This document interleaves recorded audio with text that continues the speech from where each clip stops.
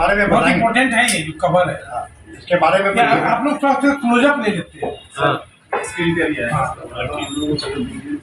फिर हम लोग फिर डिजिटल इसका वो भी करेंगे, क्लोजअप भी लेते हैं। थोड़ा सीधा। जो हम लोग कवर पर स्टाम्प दिए हैं, पेंटिंग दिए हैं, बहुत ही कॉस्टली पेंटिंग है, बहुत सुपर कॉस्टली। मगध से क्या संबंध है, शिक्षा ये बताइए। पटना कलम स्टाइल है पटना का। जो पटना कलम का जो प्रादुर्भाव हुआ और विकास हुआ वो 2-3 शैली के मिश्रण से हुआ, जिसमें इंग्लिश शैली, मुगल शैली और स्थानीय शैली, जो पटना के इर्द गिर्द की शैली थी, कि तीनों को मिल करके ये बढ़ता गया। मैडम उधर देखिएगा, उधर, हाँ, ये पटना कलम शैली है ये। और पटना कलम के सबसे बड़े जो चित्रकार हुए वो सेवक राम हुए, और ये 1826, लगभग 1826 की पेंटिंग है। तो उस समय के सबसे बड़े चित्रकार थे सेवक राम जी, उनकी पेंटिंग है ये। पेंटिंग यहाँ से विदेश चली गई थी, कंपनी स्कूल में, वहाँ ब्रिटिश म्यूजियम में थी। हाल के समय में ये ऑक्शन के द्वारा लौट करके इंडिया और बिहार आया है। उसी पेंटिंग को हम लोग इसमें लिए हैं। ये बहुत ही रेयर पेंटिंग है।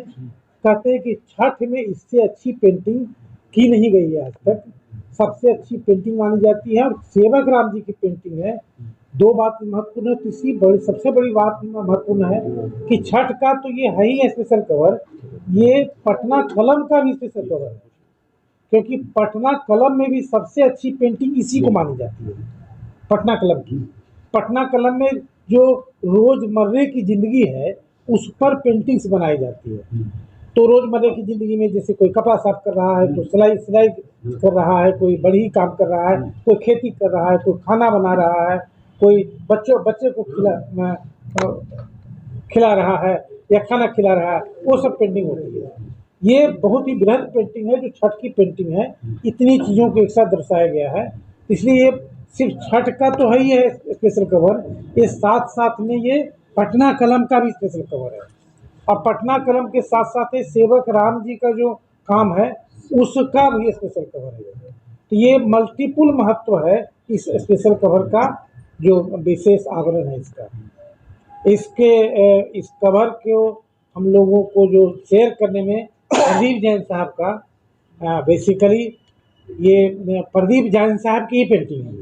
इन्हीं के द्वारा इस पेंटिंग को जो नीलामी में जो लिया गया है आज की तारीख में, ये प्रदीप जैन साहब के पास है। और उन्होंने हम लोग से ये शेयर किया है। आप लोग जानते हो कि छठ का मगध क्षेत्र से क्या है, मगध क्षेत्र से शुरुआत हुआ।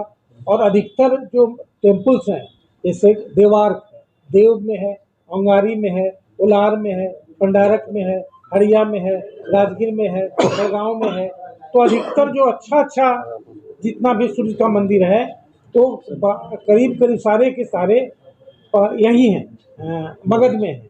और छठ का 3 जो है माइथोलॉजिकल रीजन है। एक है जब सीता लौट कर आई थी वनवास से, राम और सीता लौट कर आए थे, तो उन्होंने ये दशहरा के समय लौटे थे ना, तो पहला बार जो दिवाली मनाया था, जैसे इस बार बहुत जोर शोर से दिवाली मनाया गया, लोग इसकी चर्चा कर रहे थे ना, तो अखबारों में आ रहा था। तो पहली बार लौटने के बाद, दशहरा के बाद, दिवाली के बाद ये छठ मनाए थे राम और सीता। उसी तरह जो कर्ण जो हैं अपने पिता को पूजा करते थे। कर्ण सूर्य के पुत्र थे, सूर्य पुत्र थे, तो अपने पिता का वो पूजा करते थे, उसके लिए छठ मनाया जाता है। और तीसरा है कृष्ण के पुत्र सांब थे, सांभा नहीं, सोलेरा नहीं, हाँ, तो कृष्ण के पुत्र थे सांब। तो सांब के से नाराज होकर के कृष्ण ने उनको अभिशाप दे दिया था। तब उनको ब्रह्मा ने बोला था कि आप सूर्य की पूजा करो और सूर्य का मंदिर का निर्माण करो, उससे तुम्हारा जो कुष्ठ रोग है वो दूर होगा। और हर मंदिर के सामने उन्होंने तालाब बनाने की कहा था, और कहा था उसी में तुम्हें स्नान करना है। तो ये तीसरा मैथोलॉजिकल रीजन है जिसके चलते छठ मनाया जाता है। लेकिन सबसे बड़ा जो सांस्कृतिक रीजन है, साहित्यिक रीजन या साइंटिफिक रीजन कहिए, कि सूर्य हम लोग के सबसे बड़े भगवान हैं। उन्हीं से जीवन का शुरुआत हुआ है। वही जीवन दायिनी है, वही जीवन वर्धिनी है। जीवन को बढ़ा रहे हैं, सस्टेन कर रहे हैं, वही कर रहे हैं, भगवान सूर्य कर रहे हैं। तो एक वो सबसे बड़ा कारण है, और उनको श्रद्धा, उनको सम्मान, उनको कृतज्ञता व्यक्त करने के लिए हम लोग छठ पूजा मनाते हैं। ये शॉर्ट में था। अगर आप कुछ आप बताना चाहें या पूछना चाहें अलग फॉर्म में सारे विश्व में मनाया जाता है। पीछे हम लोगों ने बहुत सारे स्टाम्प को डाला है, जिसमें अलग अलग देश से निकाले गए सूर्य भगवान पर या सूर्य पूजा पर निकाले गए स्टाम्प इसमें किए गए हैं। और तो और जो स्वतंत्रता के पहले भी यहाँ सूर्य पर डाक टिकट निकला, स्वतंत्रता के पहले भी। जैसे नावानगर में क्या था, जजडन जो इंडियन स्टेट जजडन था, उसने भी एक सूर्य पर स्टाम्प निकाला। और अभी 3-4 साल पहले, ठीक छठ के 1 दिन पहले या 2 दिन पहले, हम लोग एक माई स्टाम्प छठ पर निकाले थे। तो ये था, भारत में छठ पर कोई स्टाम्प नहीं जारी किया गया है, माई स्टाम्प जारी किया गया है, जो ये था 2020 में। बहुत महत्वपूर्ण है ये जी। बिहार के लिए। उस समय जो मंत्री थे, तत्कालीन मंत्री बिहार के थे, तो बड़ा छठ के समय लाया गया कि इसमें जो भी अपना माई स्टैम्प में जाकर इसमें अपना, जैसे छठ का समय है तो आप लोग इस स्टाम्प के साथ अपना स्टाम्प बनवा सकते हैं और उसको नॉर्मल स्टाम्प की तरह यूज कर सकते हैं। सबसे इम्पोर्टेंट बात है कि जो सबसे बड़े कारक हैं जीवन के इस जमीन धरती पर, उसको हम लोग पूजते हैं, उनको ग्रेटिट्यूड, उनके प्रति हम कृतज्ञता व्यक्त करते हैं, उनको सम्मान देते हैं, उनको और उदात्तता इसमें ये है संस्कृति का कि पहले हम लोग डूबते सूर्य को देते हैं।